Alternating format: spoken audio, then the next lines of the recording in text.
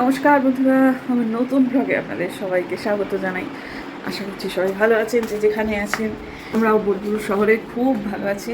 Just একটু এক রাতের জন্য স্থান পরিবর্তন, বিছানা পরিবর্তন, পরিবেশ পরিবর্তন করে আমাদের মন একেবারে খুশ হয়ে গেছে।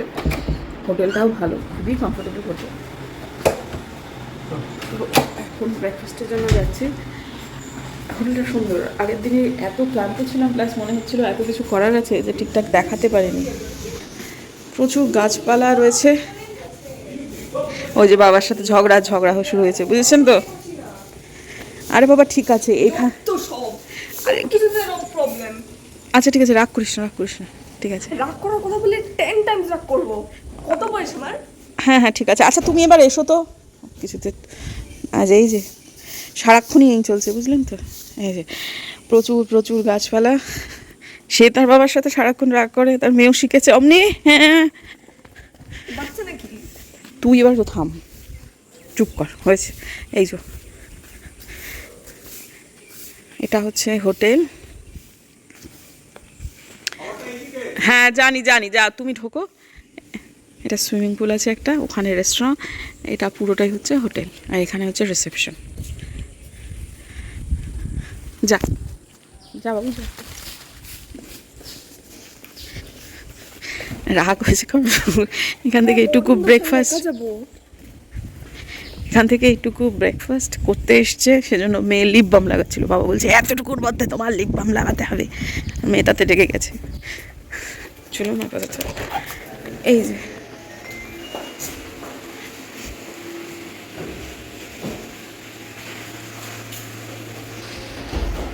আজকে আমরা লুচি খাইছি, তার সাথে খাইছি ঘুগনি। বুম্বাদা বলে দিয়েছিল মটরে তার অসুবিধা আছে, সেই জন্য ছোলার ঘুগনি করে দিয়েছে, কালো ছোলার ঘুগনি। আলুর ভাগটাই বেশি, কিন্তু ঘুগনিটা খেতে ভালো হয়েছিল। তার সাথে মিষ্টি চাটনি, তারপর চাটনি না আচার ছিল। আচারটা হাতি দিইনি, মিষ্টিটা আমি খেতে পারিনি। বোধিসত্ত্ববাবু সবটুকুই খেয়েছে, আর টুপুন নিয়েছে চিকেন স্যান্ডউইচ। রান্নাবান্না ভালো, আগেই বলেছি আগের দিনের ব্লগে। তো এরপর একটু চাটা হাতে নিয়ে ঘরে যাই। সামনেটা তো আপনাদের দেখালাম, পেছনটাতে দেখানোর কিছু না থাকলেও আবার নেই এমনটাও নয়। ইচ্ছে করলে আরও অনেক বিল্ডিং বাড়িয়ে কিন্তু অনেকগুলো ঘরটার তৈরি করতে পারতো, কিন্তু হোটেলটা ছোট রেখেছে এবং সেই জন্য খুব সুন্দর। পেছন থেকেও সুন্দর। বলছিলাম তখন প্রচুর গাছপালা, প্রচুর হয়তো নেই, কিন্তু তবু যেটুকু আছে সেটুকুই চোখের জন্য আরামদায়ক, এই আর কি। বাহ, গরম লাগছে হাতে। আও আও আও আও আও।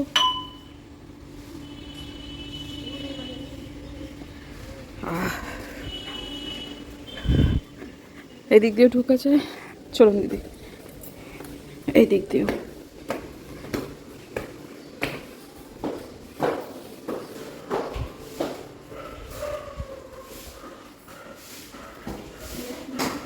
এই চাটি খেয়ে নিয়েই কালকে যে কেনাকাটা করেছি সেগুলো আর রাত্রে দেখাতে পারিনি আপনাদের।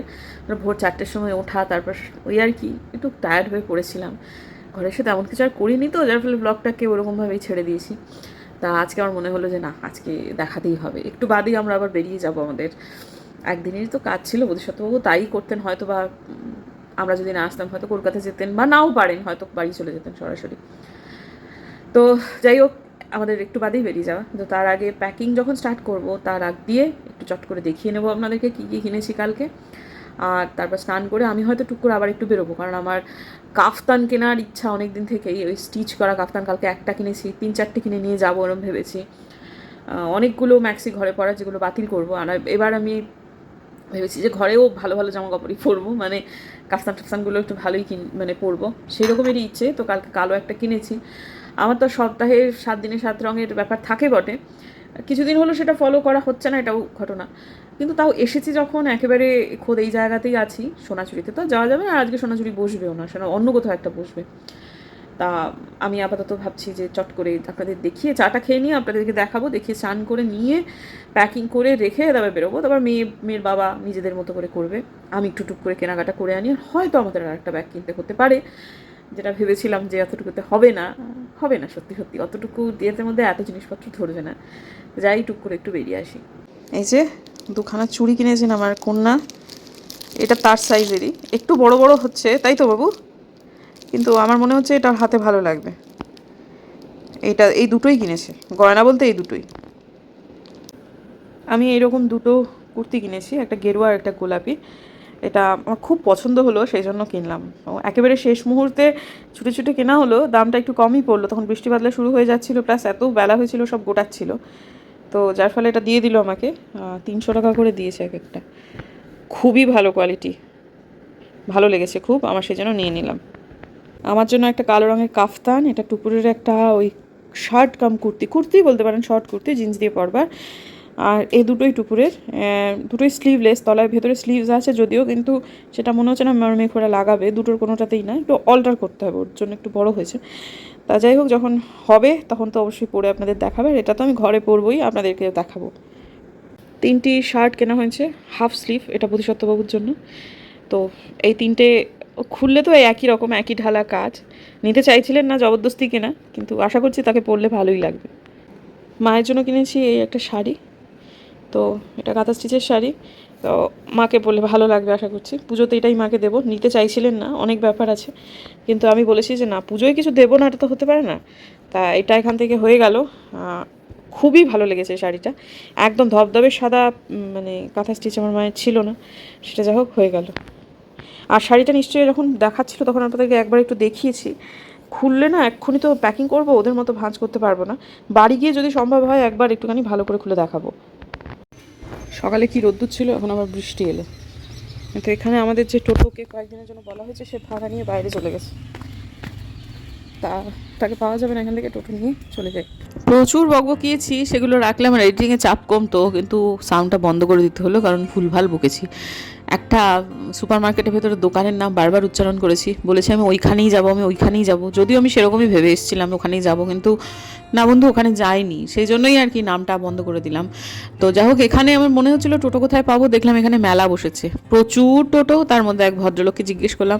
এই সময়টা থেকে আমার মনটা একটু একটু করে বদলাতে শুরু করেছে, যে আমি সুপার মার্কেটে যাবো না, তার আগে এদিক ওদিক থেকেই দেখি যদি পাই তাহলে। আসলে সোনাঝুরি সত্যি কথা, অনেক রিজনেবল রেটে অনেক জিনিসপত্র পাওয়া যায়। আজকে ভুবনডাঙ্গার ওখানটাতে একটা ঢাকা জায়গাতে হবে হচ্ছে আমাদের ওই কী বলে, সোনাঝুরি হাটের মতোই তারা নিয়ে বসবে, কিন্তু অত দূরে যাওয়ার আজকে সত্যি কথা সময় নেই। আর আমি কিন্তু স্নান না করেই বেরোলাম, কেন বলুন তো, বোধিসত্ত্ববাবু ওই যে আপনাদের জিনিসপত্র দেখালাম, তারপরে সে শুরু করবে, উদ্যোগ করছিল হচ্ছে সহজ শেয়ার বাজারের কন্টেন্ট, আজকে নইলে তার কন্টেন্ট যাবে না। তা যখন সে কন্টেন্ট করবে তখন আমি না করতে পারবো, চান একবারে ঠায় চুপ করে এক জায়গায় বসে থাকতে হবে যাতে না সাউন্ড হয়। আমি বললাম ধুত্রিকার অন্তত পক্ষে 8 ঘন্টা তো লোকটা লাগবেই, আমি 8 ঘন্টা সময় এদিক ওদিক না করে চানও করতে পারবো না, কিছুই করতে পারবো না, আমি বেরিয়ে যাই। আমি বেরিয়ে গেলামও, বেরিয়ে তো এই ভদ্রলোককে পেলাম, ছেলেটাকে ডাকা হয়নি, মানে এত শর্ট নোটিসে তো আসতে পারবে না। বিশ্বভারতীতে সবই ভালো বন্ধুরা, মানে সে প্রকৃতি, আলাদা চার্ম, সব কিছু ঠিক আছে, রাস্তাঘাটের অবস্থা খুবই শোচনীয়।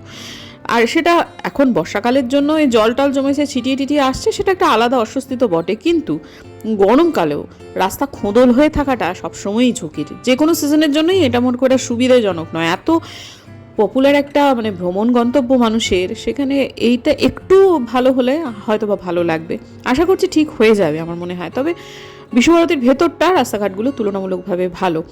তো এখন যতটুকু সম্ভব বোলপুরকে তথা শান্তিনিকেতনকে ক্যামেরায় ধরে রাখা যায় ততটাই ভালো। আমি একটা দোকানের কথা ভেবে এসেছিলাম, কিন্তু সেখানে যাব না সেটাও মনে মনে ঠিকও করে ফেলেছিলাম। তো তারপর এখান থেকে দেখলাম এই দোকানগুলো পরপর ছিল, তো সেখানে একটা দোকানে ঢুকে পড়লাম, এবং জিনিসপত্রগুলো ভালো, তবে হ্যাঁ সোনাঝুরির মতো অত রিজনেবল রেটে আমি এগুলো পাইনি। যাই হোক, এখন আপাতত নিলাম হচ্ছে দুটো, যেহেতু রিজনেবল পেলাম না, মনে হলো তুলনামূলকভাবে অনেক বেশি দাম, তাই জন্য দুটোতেই ক্ষান্ত হলাম আর কি। আর আমি দুটোই কাফতান নিইনি, একটা ওই কী যেন একটা কাঠ নাইটি বলে, সেটা একটা নিয়েছি, হলুদ সবুজটা নিয়েছি, সাদাটা নেবো ভাবছিলাম, কিন্তু পরে দেখলাম সাদাটা না বিশাল বড়, আর কাজটা যেহেতু নিচে, সেহেতু কী হয়েছে জানেন, ওটা আমি কাটাতে পারবো না, যার ফলে ওটা নেওয়া হলো না, যদিও আমার সাদাটা ভালোই লেগেছিল। টুপুরের জন্য দেখতে শুরু করলাম কুর্তি, এই ধরনের কাঁথা স্টিচের কুর্তি টুপুরের আছে, কিন্তু নেই হচ্ছে বাটিকটা দেখতে গিয়ে একটা নিলাম বটে, সেটা বেটিন আমার পছন্দ হয়নি। তারপর একেবারেই একটা সিদ্ধান্ত নিলাম যে না, বরটার জন্য একটা ভালো পাঞ্জাবি কিনবই। বা একটা খালি চিৎকার করে, কালকে যে কি কঠিন অবস্থায় আমি ওর জন্য জামাকাপড় কিনেছি, জামাকাপড় কিনতে একদম ভালোবাসেন, আবার কিনে দিলে সোনামুখ করে পরে ছিঁড়ে যায়, তাও ছাড়ে না, জানেন তো। তো যাই হোক, তারপর শেষটায় ওই আগেরটাই কিনেছি, এটা কিনিনি। এটা না এত বেশি কাজ ও পরবে না, এ ধরনের স্কোয়ার কাজও পছন্দও করে। দেখবেন ওর হাতের ঘড়ি সব সময় স্কোয়ার হয়। তো যাই হোক, এখন আর একটা কিনছি হচ্ছে শ্বশুরমশাই, কিছুতেই নিতে চাইছিলেন না। আমি বলেছি বাবা সবার জন্য কিনছি, আপনার জন্য একটু না কিনলে হয় বলুন তো।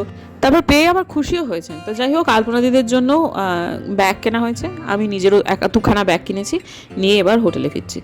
নতুন জামা পরেছি বন্ধুরা, কালকের কেনা, মনে হচ্ছে আরও কটা কিনে নিয়ে গেলে তো।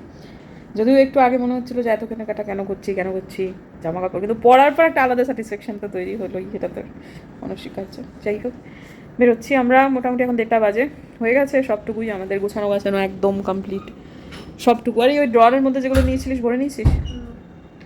তারপর এখন টুপুরও রেডি, এখন আমরা খাবো। এখানে কিন্তু আমরা ঘন্টা 3-4 এক্সট্রা টাইম নিয়েছি, কারণ আমাদের ট্রেন 4টের সময়, 4:05 আছে। অত আগে গিয়ে স্টেশনে বসে থেকে কী করবো। আর আমার এই একটা টেনশন আছে, সেটা হচ্ছে যে স্টেশনে ভীষণ অল্প সময় ট্রেন দাঁড়ায়, আমার ভীষণ অসুবিধা হয়। কোনো স্টেশনে যদি কোনো ট্রেন 10 মিনিট দাঁড়ায় ঠিক আছে, কিন্তু তার অল্প, এই যে দিনহাটা থেকে যে উত্তরবঙ্গ ছাড়তো 2 মিনিট, ওরে বাপরে কী টেনশন হতো।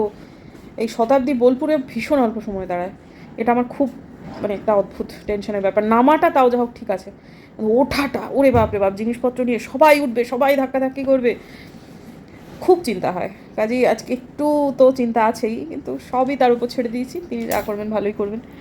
একটু যদি স্টেশনে স্টপেজগুলো একটু বাড়িয়ে দেয়, এত অল্প সময় স্টপেজ দেওয়ার থেকে না দেওয়া ভালো, ঝুঁকির হয়ে যায় না ব্যাপারটা।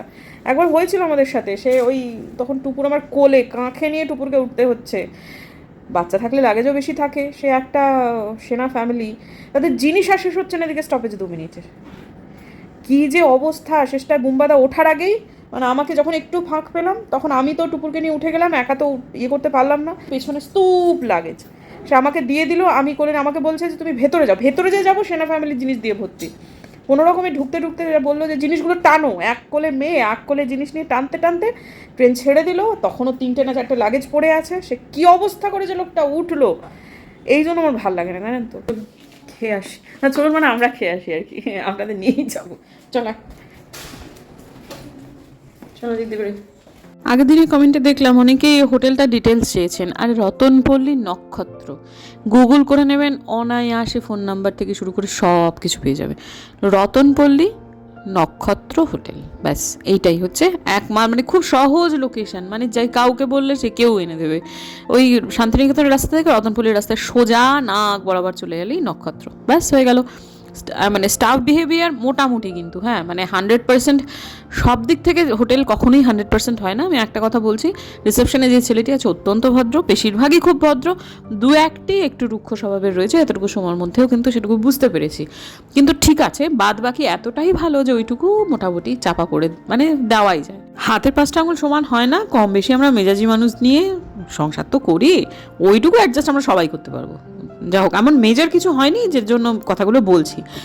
তো আমি এতক্ষণ পর্যন্ত বৃষ্টি বাদলা ছিল না, কিন্তু যেই মুহূর্তে আমরা বেরোলাম এবং আকাশের দিকে ভালো করে চাইলাম, এই ছেলেটি যে টোটো চালক, সে বলছিল, আচ্ছা এই ঘরটাতে আমরা ছিলাম, আঙুল দিয়ে দেখিয়ে দিলাম।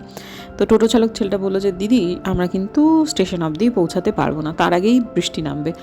এবং সেটাই হলো, কিছু দূর গিয়ে এমন বৃষ্টি নামলো। শুধু বৃষ্টি নয় বন্ধুরা, যে জিনিসটাকে ভীষণ অপছন্দ করি সেটা হচ্ছে বাজ পড়া। কি জোরে জোরে বাজ যে পড়ছিল, মানে ওখানে একসাথে এমন একটা বাজ পড়লো, সবাই একসাথে পিলে চমকে লাফিয়ে ওঠার মতো অবস্থা। মানে যত স্টেশনে চেনা অচেনা সব মানুষরা, একজন চেনা মানুষ ছিলেন, বাকিটা সবাই অচেনা, কিন্তু সবাই একসাথে উড়ি বাবারে করে উঠলাম, এত সাংঘাতিক জোরে একটা বাজ পড়লো।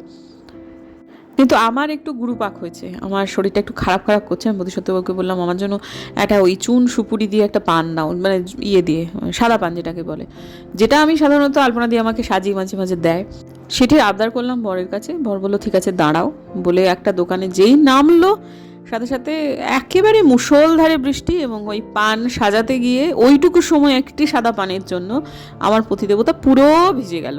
মানে বৃষ্টিটা এতটাই জোরে জোরে পড়ছিল, আমি শুধু আকাশের দিকে তাকাচ্ছি আর ভাবছি যে ঈশ্বর, বৃষ্টিটা আমরা পৌঁছে যাই স্টেশনে, তারপর দিও। তো যাই হোক, এখন যে জায়গা থেকে কিনেছিলাম সেই জায়গাগুলো সব ক্রস করছি, যতটুকু সম্ভব শান্তিনিকেতনকে আবারও বলছি ক্যামেরায় ধরে রাখার চেষ্টা। কারণ এই ধরনের ব্লগগুলো যতবার আপনারা দেখবেন, আপনারা একবার দেখে হয়তো বা দ্বিতীয়বার দেখবেন না, কিন্তু আমি দেখবো বারে বারে, কারণ এইসবগুলো আমার খুব ভাল লাগে। সবসময় সব জায়গায় চাইলেই যে পৌঁছে যেতে পারি তা তো না, কিন্তু ব্লগটা আমার কাছে থাকে। আর এই যে দেখুন আকাশের অবস্থা। এরপরই ওই ছেলেটি একটা পানের দোকানে দাঁড়ানোর পর ওই বুম্বাদা জাস্ট একটু পানটা কিনতে যতটুকু সময়, মানে একটা লোকের সাজাতে একটা সাদা পান কতটুকু এক্সপার্ট হাত যারা নিয়মিত সাজায় ততটুকুর মধ্যে লোকটা পুরো ভিজে গেল। তার মধ্যে এই সময়টাতে আবার কিছুক্ষণ পর মা ফোন করেছে। মা আবার বলছেন বুম্বার মাথা মুছিয়ে দে, বুম্বার গায়ে জামা কাপড় ছাড়িয়ে দে, যেন বাচ্চা ছেলে। আমি হ্যাঁ তোমার জামাই তো বাচ্চা ছেলে না, এরপরও শতাব্দীতে চড়বে, ওর এসিতে ঠান্ডা লেগে যাবে, মানে 2 বছরের বাচ্চাদের যেরকম ট্রিট করে না, আমার মা ঠিক ওই রকম করছিল। তবে এটা ঘটনা, আমার হাজব্যান্ডের শীতটা একটু বেশি, দেহে চর্বি তো একেবারেই নেই, মানে বেশি ডায়েটিং করে মাসল লস করেছে, এই সমস্ত ক্ষেত্রে একটু ঠান্ডাটা লাগে বেশি। আমারও চিন্তা হচ্ছিল না এমনটা নয়, কিন্তু সে দেখলাম কোনো কিছুতেই খুব একটা পরোয়া করছে না। এই যে সামনেই একটা ট্রলি মতো রয়েছে, এই ট্রলিতে বললে এই টোটোতে বসেই আমি একটা জামা বার করে দিতে পারি, কিন্তু না, সে নেবে না। আর আমাদের এক্সট্রা ব্যাগ কিনতে হয়নি, বোধিসত্ত্ববাবুর পিঠের যে ব্যাগটা তাতেই আমাদের যাবতীয় যা যা কেনাকাটা আজকে হলো সব কিছু এঁটে গেছে। আর এই সময়টাতে মারাত্মক বৃষ্টি পড়ছে, কিন্তু মজার জিনিস হচ্ছে কাঁটায় কাঁটায় 4:08 ছিল ট্রেন, 5:06 থেকে বৃষ্টি পুরো বন্ধ হয়ে গেল, এবং একেবারে 4:08 ট্রেন, 4:08 বোলপুরে ট্রেন এসেছে। তো অনেকক্ষণ আমরা দাঁড়িয়েছিলাম, প্রায় মিনিট 45 মতো ছিলাম, তার মধ্যে ওই তুমুল বৃষ্টি এবং বাজের এক্সপিরিয়েন্স করেছি। তারপর ট্রেনটা যথারীতি এলো, একেবারে এখন দেখুন কটা 16:07 বাজে, আর ঠিক 1 মিনিটের মধ্যেই ট্রেনটা ঢুকে যাবে। আর খুব ভালো একটা মেয়ে আমাদের সফরসঙ্গী হয়েছিল আজকে, যারা ছিলেন তারা প্রত্যেকেই হয়তো বা ভালো, কারোর আমাদের সাথে কোনো অসুবিধা হয়নি, আমরাও কারোর সাথে কোনো অসুবিধা তো করি না, সাধারণত করিও নি। কিন্তু আমাদের 3 জনের 3 জায়গায় সিট পড়েছিল। যে জায়গাটা আমি বসে আছি, মিডল সিটটা ছিল হচ্ছে বোধিসত্ত্ববাবুর, আর আমার এক জায়গায়, টুপুরের এক জায়গায়। উইন্ডো সিটটা আমাদের ছিল না, পাশের সিটটা আমাদের ছিল না। সাধারণত ওইদিকে সিটটা তো লোকে ছেড়ে দেয় যেখানে বোধিসত্ত্ববাবু বসে আছে, উইন্ডো সিট মানুষ ছাড়তে চায় না। কিন্তু একটা মেয়ে উইন্ডো সিটেই বললো যে আন্টি আপনারা সবাই একসাথেই বসুন, ও পেছনের উইন্ডো সিটটা নিয়ে নিল। তো আমি বললাম আমাদের তো উইন্ডো সিট নেই বাবা, আমাদের উইন্ডো সিটটা ছিল না, পাশের সিটটা আমাদের। তো তুমি যেটাই বসেছো সেটাতে যখন কেউ চলে আসবে তখন তো তোমাকে ছেড়ে দিতে হবে, তুমি আমাকে বলো, আমি তখন আমার সিটটা তোমাকে ছেড়ে দেবো। তো বললো না আন্টি কোনো অসুবিধা নেই। তারপর মেয়েটা মালদায় না বারসই কোথায়তে যেন নেমে গেছে। পরে এই তো রামপুরহাট থেকেই একজন উঠে ওকে ওর সিট থেকে সরিয়ে দিল। আমি বারবার করে বললাম বাবু তোমার কোনো অসুবিধা না থাকলে আমি কিন্তু এখানে অনায়াসে চলে যেতে পারি। বললো না আন্টি আপনারা একসাথে আছেন, একসাথেই বসুন। আমার মেয়েটাকে মনে মনে অনেক আশীর্বাদ করি, ভালো থেকো বাবু, খুব সুন্দর মন নিয়ে তৈরি হচ্ছ। আশা করছি আমার টুকুরটাও এরকমভাবেই একা একা যখন জার্নি করবে সংবেদনশীল হয়ে উঠবে, আশা করছি তোমার মতোই হয়ে উঠবে। মেয়েটি সম্ভবত বিশ্বভারতীর ছাত্রী। তো যাই হোক, এখন আপাতত জলখাবারটা দিয়ে গেল সন্ধেবেলাটা, আর প্রচণ্ড বাইরে বৃষ্টি, অধিকাংশ জায়গাতেই আকাশ প্রচুর মেঘ। তবে শেষের দিকটাতে মানে ওই ফারাক্কা যখন পেরোচ্ছে তার একদিক খানিকটা জায়গা মনে হলো যেন বৃষ্টি হয়নি। তবে শিলিগুড়িতে আজকে আকাশ ফুটো করা বৃষ্টি হয়েছে 3টে থেকে, মানে হরেদরে আমরা যে সময়টা থেকে বৃষ্টি পেয়েছি শিলিগুড়িতে ওই সময় থেকেই বৃষ্টি শুরু হয়েছে। আর এখন যে মেয়েটার মুখটা খানিকটা হলেও দেখা যাচ্ছে, সেই মেয়েটাই ছিল হচ্ছে আমাদের সেই মেয়েটি যাকে আমি মন থেকে আশীর্বাদ করলাম, সত্যি কথা। কারণ সত্যি আমাদের একটু অসুবিধা হতো, আবার তেমন অসুবিধা হওয়ার কিছু ছিলও না, আলাদা আলাদা ছুটি ছিটি তো আসাই যেত, হ্যাঁ অল্প দূরত্ব আসা যেতই, কিন্তু তবুও এই ছোটো ছোটো কিছু কিছু জিনিস মানুষের মনে থেকে যায়। আমি আমার ব্লগেতে এটা রেখে দিলাম, মানুষ তো চলতে ফিরতে গেলে অনেক কিছু অনেক সময় ভুলে যায়, আমি এই মেয়েটাকে কখনো ভুলবো না। এই ব্লগে রয়ে গেল, আর আমার ভোলার কোনো সম্ভাবনা নেই। প্লাস আপনারাও জানতে পারলেন।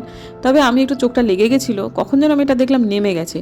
তারপরে আর একজন ভদ্রলোক এসেছিলেন, তিনি আমার উইন্ডো সিটটা তখন তিনি আবার বলছিলেন, তাকে আমরা অনুরোধ করলাম যে আপনি কি ওইখানটায় বসতে পারবেন, পেছনের উইন্ডো সিটটাও তখন খালি হয়ে গেছে। তো ভদ্রলোকও বসে নিলেন। আর তখন উইন্ডো সিটের বিশেষ কিছু চাহিদা ছিল, থাকার কথা নয়, কারণ তো অন্ধকার গুটগুট করছে, তখন আর বাইরে কী বা দেখবে, বরং সাইডের সিটগুলো হলেই তখন মানুষের ভালো হয়। তো সেই সময়টায় ভদ্রলোক যে মেনে নিলেন সেটা তার জন্যও আমরা কৃতজ্ঞ। কিন্তু ওই মেয়েটার কথা ভাই ভুলবো না, সত্যি কথা একদম। তো যাই হোক, ডিনারটা তাড়াতাড়ি দিয়ে যায়, কারণ দিতে হবে, ওদের তাড়াতাড়ি কাজ গোটাতে হয়। অনেক তাড়াতাড়ি খেয়ে নিয়েছি, যে সময়টায় আমরা রাতে খাই সাধারণত তার থেকেও আগে।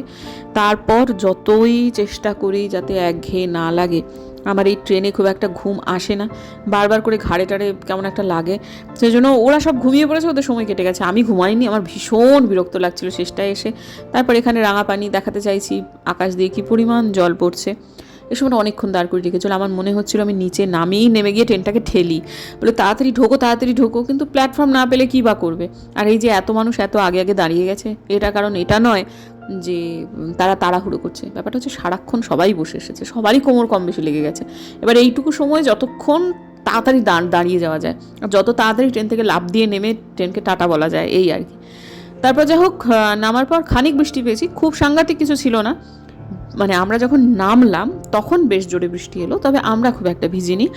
আমরা গাড়িতে ওঠার পর এই চত্বরটা যখন ছাড়াচ্ছি তখন সেই বৃষ্টি শুরু হলো, সেই। তারপর আবার ঠিক যখন বাড়ির সামনে চলে এলাম, বৃষ্টিটা কেমন একটু কমে গেল।